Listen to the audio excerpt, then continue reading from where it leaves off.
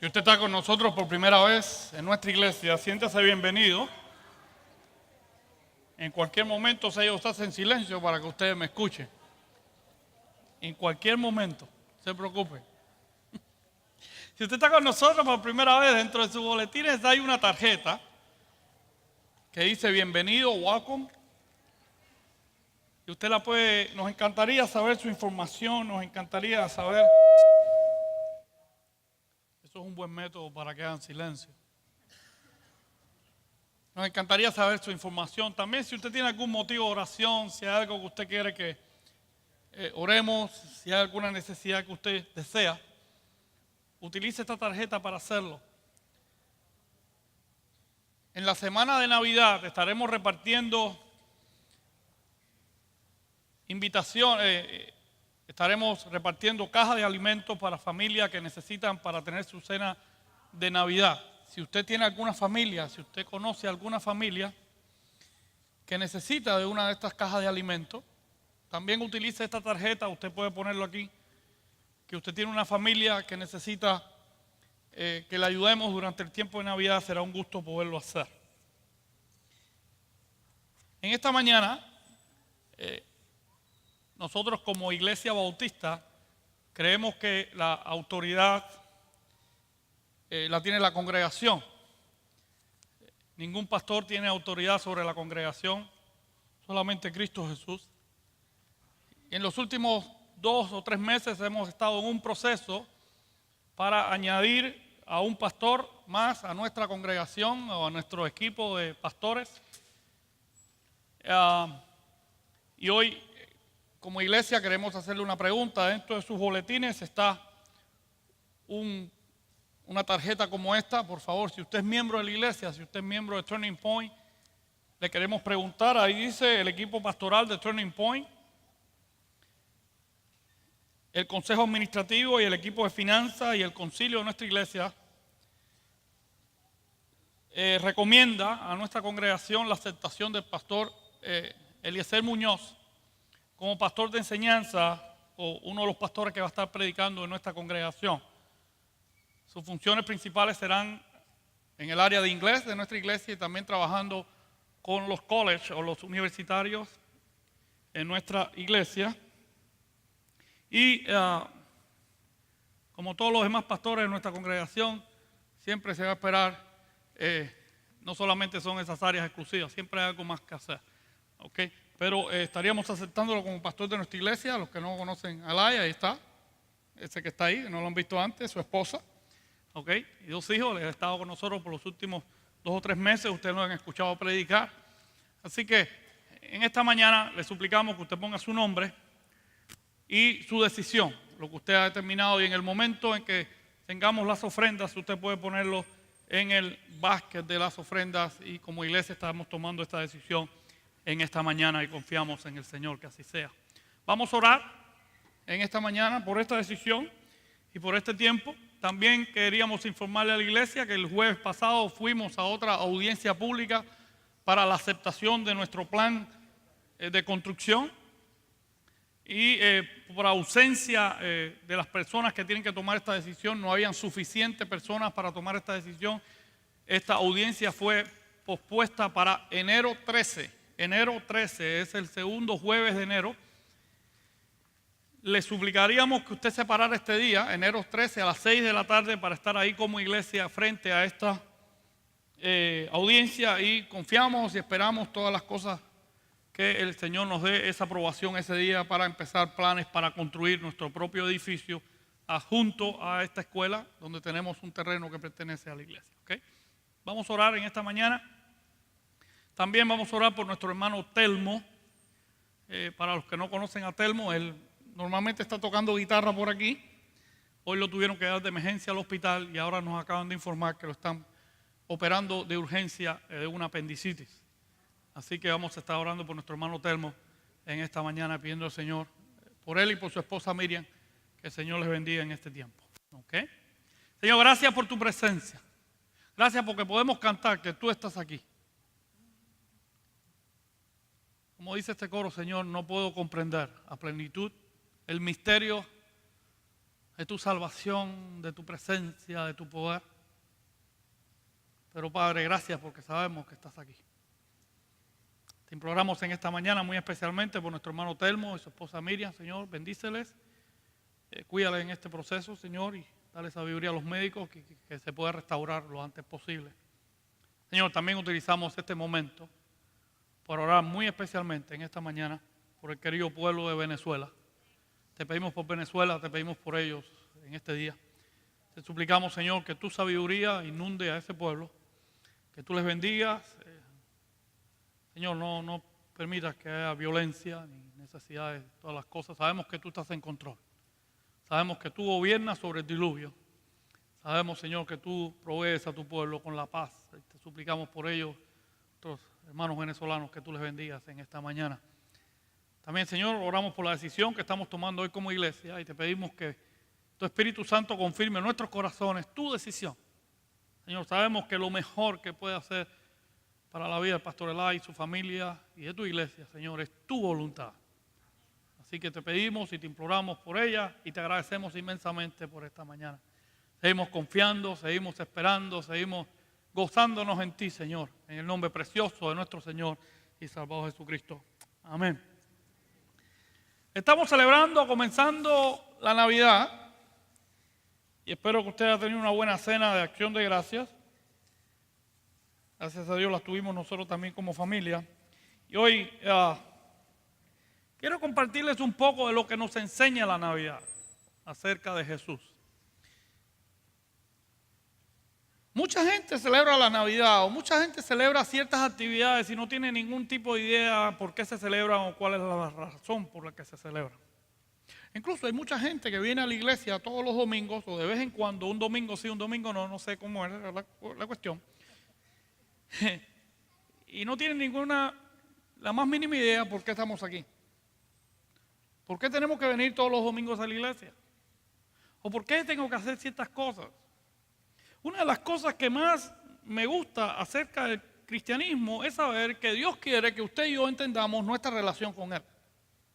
Es importante que cada cristiano, dice la palabra de Dios, que debemos estar seguros, convencidos de nuestra esperanza. Como cristianos tenemos que prepararnos para dar respuesta a nuestra esperanza. Debemos saber por qué hacemos las cosas. No simplemente hacer las cosas porque hay que hacerlas. O porque me las enseñaron a hacer. O porque las hemos hecho así toda la vida. O porque así es como se hace en la iglesia. No. Es importante que cada cristiano, cada persona tengamos un convencimiento propio de por qué hago las cosas que hago y por quién lo hago. Hoy vamos a estudiar un poco acerca de qué aprendemos con Jesús o con la Navidad, en el efecto precioso del nacimiento de Jesús en la pequeña ciudad de Belén. ¿Qué nos enseña la palabra de Dios? Algunas de las cosas que aprendemos de lo que Jesús representa para nosotros en la Navidad. Vamos a leer ahí en Mateo capítulo 1, versículo del 18 al 23. Dice lo siguiente: el nacimiento de Jesús fue así. Estando esposada María, su madre, con José, antes que se juntasen, se halló que había concebido del Espíritu Santo. José, su marido, como era justo y no quería infamarla, quiso dejarla secretamente. Un paréntesis aquí. Como nos hace falta hombres como José hoy en día, que por encima de la felicidad de su esposa son capaces de hacer lo que sea necesario. José, un hombre que no se menciona mucho en la palabra de Dios, pero indiscutiblemente un hombre de Dios extraordinario. Y los hombres que son capaces de experimentar la bendición de Dios de forma extraordinaria son los hombres que son capaces de amar a sus esposas, a sus hijos, no importa lo que suceda. Por eso la Biblia dice: amará el hombre a su mujer como Cristo amó a la iglesia. Como nos hace falta hombres que estén dispuestos a amar a sus esposas por encima de lo que sea. Pero eso es otro sermón. Dice el versículo 20: y pensando él en esto, he aquí un ángel del Señor le apareció en sueños y le dijo: José, hijo de David, No temas recibir a María, su mujer, porque lo que en ella es engendrado del Espíritu Santo. Y dará a luz un hijo, dice el 21, y llamará su nombre Jesús, porque él salvará a su pueblo de su pecado. Todo esto aconteció para que se cumpliese lo dicho por el Señor por medio del profeta cuando dijo: he aquí una virgen concebirá y dará a luz un hijo y llamará su nombre Emmanuel, que traducido es Dios con nosotros. Lo primero que aprendemos de que Jesús es, en su nacimiento, es que Jesús es Dios mismo. Ahí en el versículo 20 dice, al final dice: María, tu mujer, porque lo que en ella es engendrado del Espíritu Santo es. Es interesante que en esta versión, en esta porción de la palabra de Dios, se da a entender nuevamente el concepto que tenemos de la Trinidad de Dios. Déjeme explicarle algo. La palabra Trinidad en la Biblia no aparece. Usted nunca va a encontrar la palabra Trinidad en la palabra de Dios. Lo que aparece es el concepto de Dios Padre, Dios Hijo, Dios Espíritu Santo. Este es uno de esos versículos donde se manifiesta la persona de Dios en las tres expresiones. Engendrado por quién, por Dios. Dice que a través del Espíritu Santo está hablando de Jesucristo. Pero vamos a concentrarnos un poco en la palabra engendrado. La palabra engendrado significa algo de sí mismo, de su misma naturaleza. No utiliza la palabra creado por Dios. Jesús no fue creado por Dios. Jesús no es creación de Dios. Jesús no fue creado como nosotros. Jesús fue engendrado por Dios. Dice, de la misma naturaleza de Dios, de la misma imagen de Dios. Algo aprendemos en aquel pequeño pueblo insignificante de Belén, es que Jesucristo es la misma expresión, la misma naturaleza, el mismo contenido de Dios. Hebreos capítulo 1, versículo 5 dice: porque ¿a cuál de los ángeles dijo Dios jamás: mi hijo eres tú, yo te he engendrado hoy, y otra vez yo seré a él padre y él será a mi hijo? La expresión yo he engendrado significa, viene directamente de la misma naturaleza de Dios. Colosenses dice que Jesús es la plenitud. Después vamos a hablar de eso, de la divinidad de Dios. En Hebreos capítulo 5 dice en el versículo 5: así también Cristo se glorificó a sí mismo, haciéndose sumo sacerdote según el que le dijo: tú eres mi hijo, yo te he engendrado hoy. O se utiliza varias veces la expresión. Ha sido, no es algo que fue creado, no es algo que vino aparte de Dios, es algo que es el mismo Dios en nosotros. Algo descubrimos en ese pequeño Belén de Judea, en esa ciudad insignificante,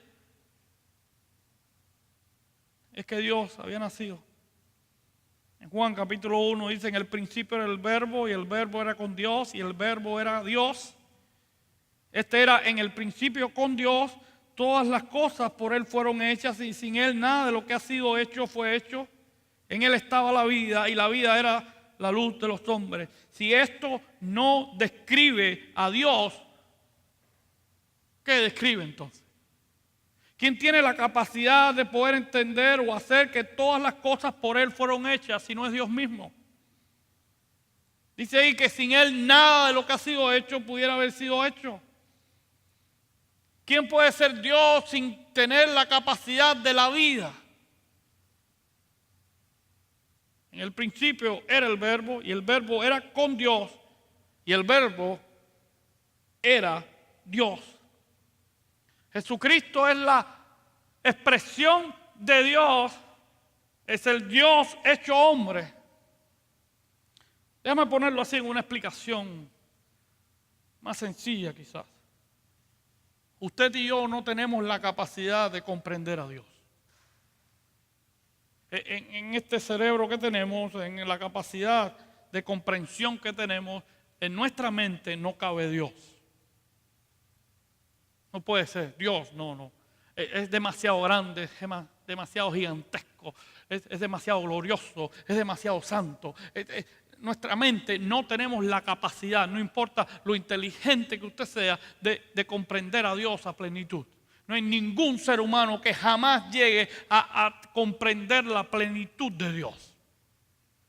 Es como que usted le hubiera explicado a Cristóbal Colón qué cosa era el Wi-Fi.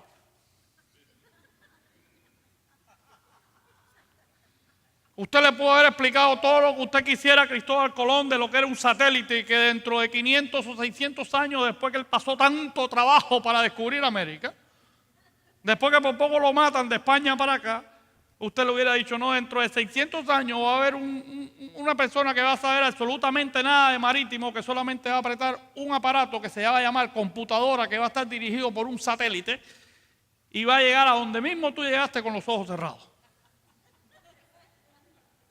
Cristóbal Colón lo hubiera mirado a usted, porque en la mente de Cristóbal Colón no había nada para comparar con una computadora, con un satélite, con un internet y con absolutamente nada de eso. Lo mismo sucede con Dios. No importa cómo yo te explique a Dios, no importa cómo yo te describa a Dios, dice la palabra de Dios que nadie ha visto a Dios. Y como nadie lo ha visto, nadie lo puede comprender. Porque el ser humano necesita una imagen en su mente para poder entender lo que yo le estoy explicando. Por ejemplo, si yo te digo, oye, me compré un auto. Inmediatamente a tu mente viene la imagen de un auto. O me compré una casa, inmediatamente a tu mente viene una casa. ¿Entiendes? Pero cuando yo te digo, yo quiero que conozcas a Dios, ¿qué viene a tu mente? Viene absolutamente nada. Nada, porque nadie ha visto a Dios. Nadie te puede describir a Dios. Por eso Dios se hizo carne y habitó entre nosotros. Para que nosotros pudiéramos tener algo con qué comparar a Dios. Algo que pudiéramos entender. Es como si Dios se hizo un embudo. Dios se hizo algo posible para nosotros comprender. Algo de Dios. Eso se llama Jesús. Qué hermoso saber que en Belén nació Dios. También sabemos de esa pequeña historia que nació el Salvador del mundo. Y llamará su nombre Jesús. Mucha gente no sabe lo que significa Jesús. El nombre Jesús significa porque salvará al mundo de sus pecados. O sea, el nombre Jesús significa Salvador del mundo. Exclusivo nombre. Yo sé que usted conoce mucha gente que se llama Jesús, pero el único que puede salvar al mundo de sus pecados es Jesucristo. Él tiene ese nombre exclusivo. Nadie más puede salvar al mundo de sus pecados. Nadie más tiene el poder, la gracia de liberarte de tu pecado. Nadie más. El único que tiene la capacidad de liberarte, de limpiarte, de restaurarte, de levantarte de tu pecado se llama Cristo Jesús. Nadie más. Nadie más. Y por eso fue el primer nombre que le dieron a José y a María. Se llamará Jesús. Porque Él librará a su pueblo de su pecado. Qué precioso saber que el único poder, el único que tiene capacidad. El gobierno podrá tener muchas capacidades. El gobierno, autoridades, instituciones, personas podrán tener mucho poder. Podrán tener muchas cosas para hacer. Podrán tener muchas capacidades. Pero el único que puede salvar a un ser humano de la consecuencia del pecado es Cristo Jesús. Cuando usted se siente a celebrar Navidad, recuerde esto.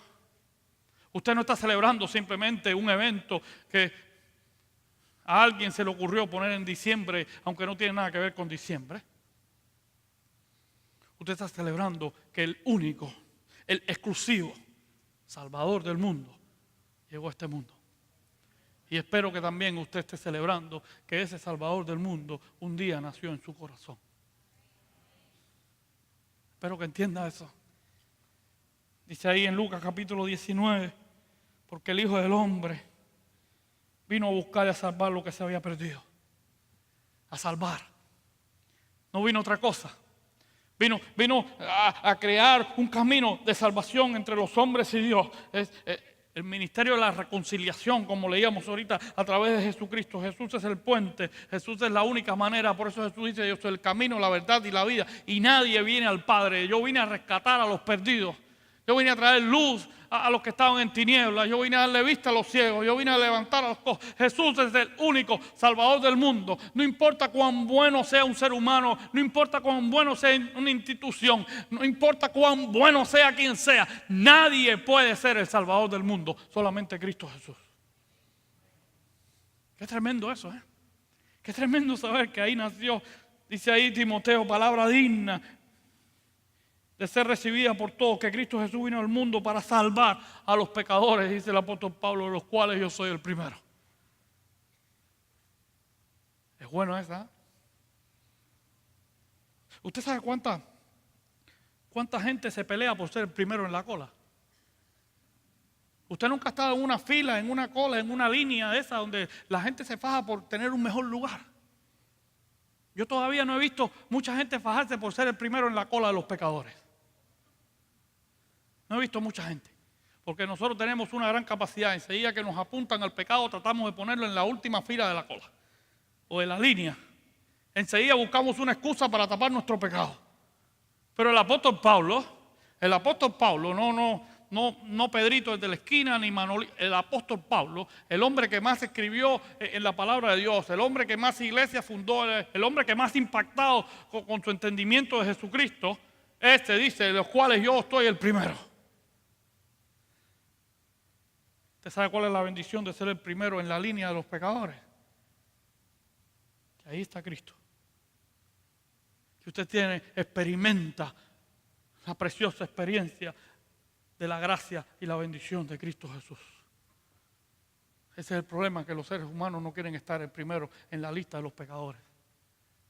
Es que en la lista de los pecadores no hay una línea. La línea de los pecadores no es una fila. La línea de los pecadores, todos estamos uno al ladito del otro. Todos somos primeros.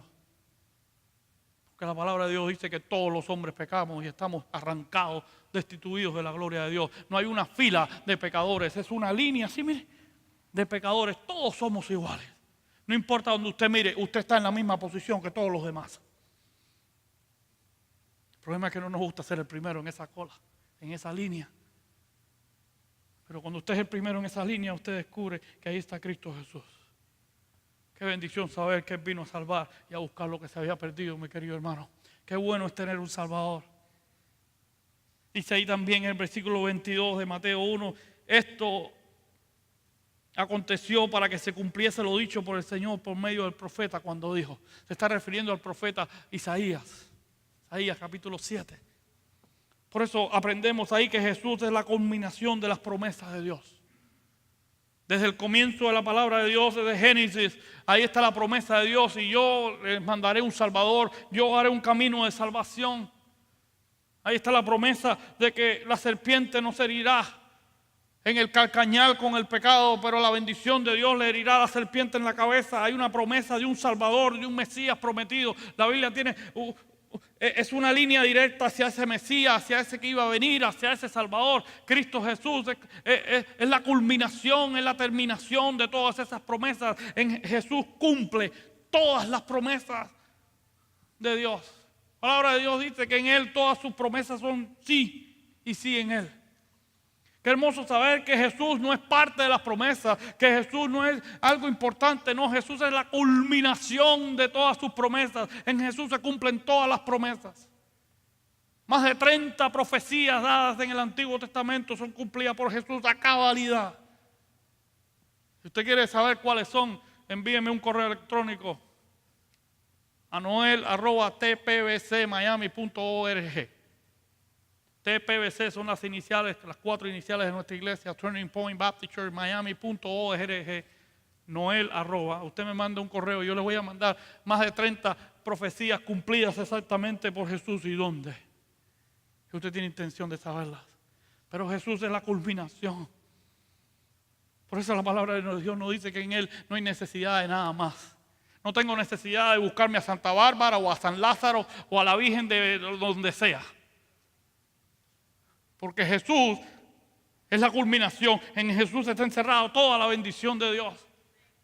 Jesús es el Salvador completamente. No necesito tener una cosita aquí que me proteja, o una cosita en el otro lado para que me proteja, o una cosita acá abajo para que me proteja. No.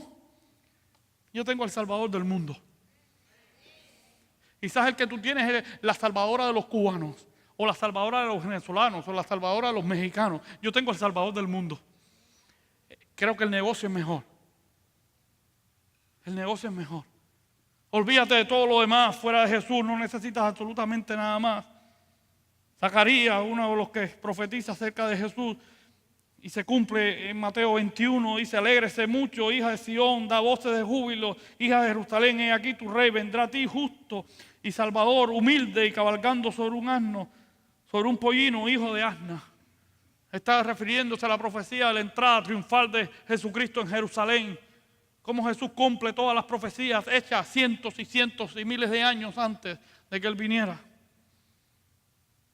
En Salmo 22 profetiza su muerte, o parte de lo que iba a suceder cuando fue crucificado en la cruz. Repartieron entre sí mis vestidos y sobre mi ropa echaron suerte. No hay una sola profecía que usted revise en el Antiguo Testamento, hecha cientos y cientos de años atrás, que Jesús no cumpla a cabalidad completamente. Con su muerte, resurrección, con sus 3 días en la tumba, con todas las cosas que podemos imaginar. Si algo podemos celebrar en estas Navidades es que el Cristo que creo, el Salvador que tengo, no necesita absolutamente de nadie para ser mi Salvador. Cristo es mi Salvador a plenitud. Cristo es mi Salvador y fuera de Él no necesito absolutamente nada más. Solamente en Cristo lo tengo todo. No tengo necesidad de absolutamente nada más. Pero una de las cosas que más me agrada de celebrar la Navidad es que Cristo es Dios con nosotros. Yo no sé si eso para ustedes es importante, pero para mí lo es. Yo no sé si para usted tiene mucha importancia. El nombre Emmanuel significa Dios con nosotros. No solamente es un Salvador que nos ofrece vida eterna, no solamente es un Salvador que está sentado en el trono de la gracia, no solamente es un Salvador que reina sobre el diluvio, no solamente es un Salvador de todas las esferas celestiales, no solamente es el Salvador que es dueño y autoridad de todos los ángeles y todas las potestades y todas las divinidades, no solamente es el Salvador que está allá sentado en el trono gobernando sobre todas las cosas, sino también es el Salvador que está conmigo todos los días hasta el fin del mundo. Qué bueno saber que no importa dónde estemos, no importa dónde vayamos, Cristo está conmigo. No porque lo merezco, no porque soy mejor que nadie, no porque me porto mejor que nadie, sino porque es su promesa. Jesús le dijo a sus discípulos en sus últimas palabras, enseñándoles que guarden todas las cosas que os he mandado, y he aquí estoy con ustedes todos los días, y no hasta que me canse, no hasta que ustedes no me resistan más, no hasta que no los aguante más, no hasta que vamos a ver si las cosas van bien, regulares, malas, no, hasta el fin del mundo. Es una garantía espectacular, es una garantía del 100%, es una garantía de que no importa lo que usted tenga roto de fábrica, Cristo va a estar con usted todos los días hasta el fin del mundo. Qué bueno saber eso. Que la garantía de mi salvación, que la garantía de mi compañía con Cristo Jesús no depende de mi comportamiento, no depende de quién soy, no depende de cómo pienso, no depende de cómo luzco. Está garantizada por su presencia todos los días, no los domingos nada más, todos los días, hasta que se termine esto, hasta que el último apague la luz. Hasta que el último día, done, finish, se acabó, the end, el final, apaguen, que se acabó. Hasta ahí va a estar Jesucristo. Qué bueno saberlo, hermano. A veces nosotros actuamos como si Dios se fue. A veces actuamos como si Dios está en otro lugar. A veces actuamos como si Satanás se estuviera venciendo. A veces actuamos como si Satanás tuviera más poder que Dios. A veces actuamos como si estuviéramos solos, a veces actuamos en soledad, a veces actuamos como si Dios estuviera lejano, fuera, allá, lejos, como creían los griegos en el Olympus, allá. Por eso muchos de ellos tuvieron problemas con Jesucristo. Por eso los romanos no lo entendían, porque los romanos tenían dioses para todos, pero todos estos dioses estaban lejos, estaban allá, no se metían con nadie. Ninguna de esas religiones podía concebir que el Dios viniera a relacionarse personalmente con cada uno de ellos. Por eso el cristianismo es diferente. Por eso tú y yo tenemos el privilegio de poder experimentar una relación personal diaria con Dios. La única religión que ofrece esto, el único sistema religioso, el único sistema de salvación que ofrece que tú puedas tener una relación personal con tu Salvador es Cristo Jesús. Hay una hora que está puesta de moda que usted tiene que entregarse, ponerse 4 o 5 bombas para ir a conocer a su Dios. No. El mío no me está pidiendo que yo muera por él, el mío murió por mí. Yo no tengo que morir por mi Salvador. Yo no tengo que morir para demostrarle a Él mi fidelidad. Si nos toca morir por Él, bueno, como le ha tocado a muchos de nuestros hermanos en la historia del cristianismo. Pero no es un requisito para mi salvación morir por Cristo. Cristo murió por mí. Qué bendición saber eso, mi querido hermano, que el niño que nació en Belén. Dice ahí en Mateo 18, dice, porque donde están 2 o 3 congregados en mi nombre, ahí estoy yo en medio de ellos. Hay mucha gente que dice que no necesita venir a la iglesia para ser cristiano. ¿Usted no ha escuchado eso? Yo lo he escuchado. No, pastor, yo tengo a Cristo en mi corazón, pero yo no necesito estar en la iglesia. Porque la iglesia está llena de hipócritas y está llena de una pila de gente con problemas. Tienen razón, tienen razón. Todos nosotros somos una partida de hipócritas, eso no es un secreto para nadie. Usted se puede virar al que está al lado suyo y decirle, tú eres un hipócrita. Y después tú te viras y le dices, yo también. Dígaselo, le está diciendo la pura verdad. No le está mintiendo, es cierto. Cuando la gente dice que la iglesia está llena de hipócritas y pecadores, es cierto. No hay mentira en eso. Por eso estamos aquí. Porque necesito de un Salvador. Pero el problema es que la bendición que tenemos de estar juntos, la bendición de la presencia de Dios cuando estamos congregados en su nombre, no lo tienen esos que son más santos que no pueden estar con los pecadores. Porque ellos son tan santos. Ellos tienen tanta presencia de Dios que no pueden ligarse con los pecadores y por eso no vienen a la iglesia. Pero bueno, como yo tengo tantos problemas y tengo que estar dependiendo de Dios y de esa presencia de Dios junto con ustedes, yo necesito estar aquí todo momento. Es el problema. Porque cuando estamos reunidos en su nombre, congregados, hay bendiciones de Dios que solamente se obtiene cuando usted es congregado con su iglesia.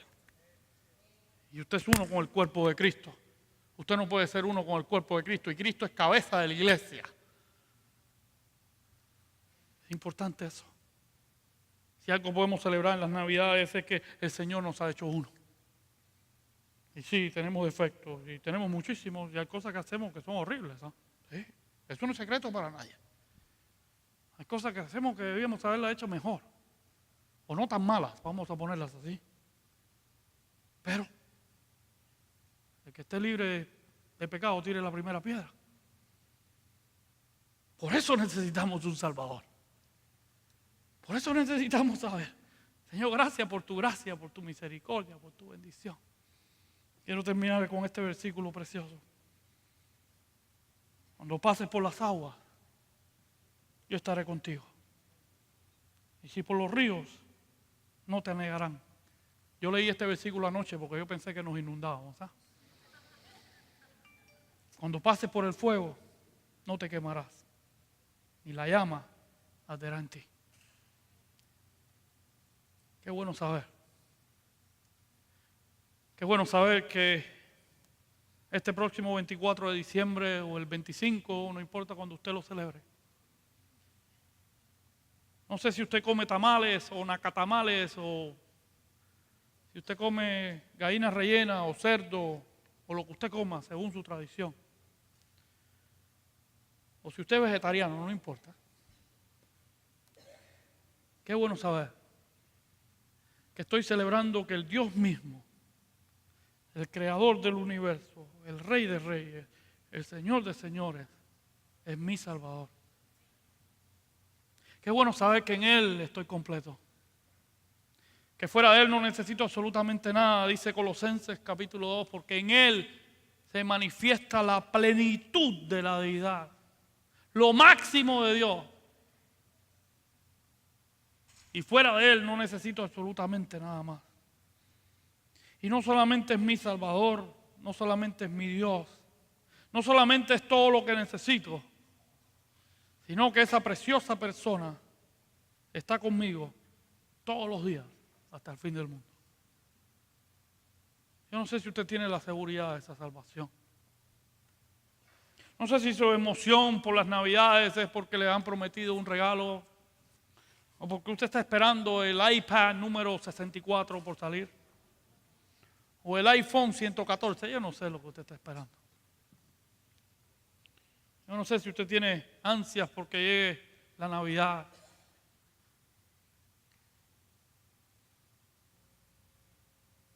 Pero qué bueno saber que tengo un Salvador. Qué bueno saber que tengo al Rey de Reyes y Señor de Señores conmigo. Yo te quiero invitar en esta mañana. Si tú no tienes esa seguridad, Cristo vino a Belén para proporcionarnos con el camino, para proporcionarnos con la manera, con la forma de tener una salvación. Cristo no vino a Belén para que celebráramos Navidad, para que la gente se mate en un mall un viernes para lograr lo que quiere. Cristo no vino para eso. Cristo vino para proveernos un camino a la salvación, a la restauración, a la reconciliación, a la paz con Dios. Por eso vino. Vino porque Él es el único. Él es el único que puede ser el Salvador del mundo. Y si usted mira a nuestro alrededor, si usted escucha las noticias, si usted ve la televisión, si lee los diarios, no importa para donde usted mire, no importa cómo usted piense, creo que podemos concluir en algo: este mundo necesita un Salvador. Y solamente hay uno, no hay otro más. No hay nadie que pueda tener la capacidad de salvar al pecador. Nadie. Ese poder, esa capacidad solamente la tiene Cristo Jesús.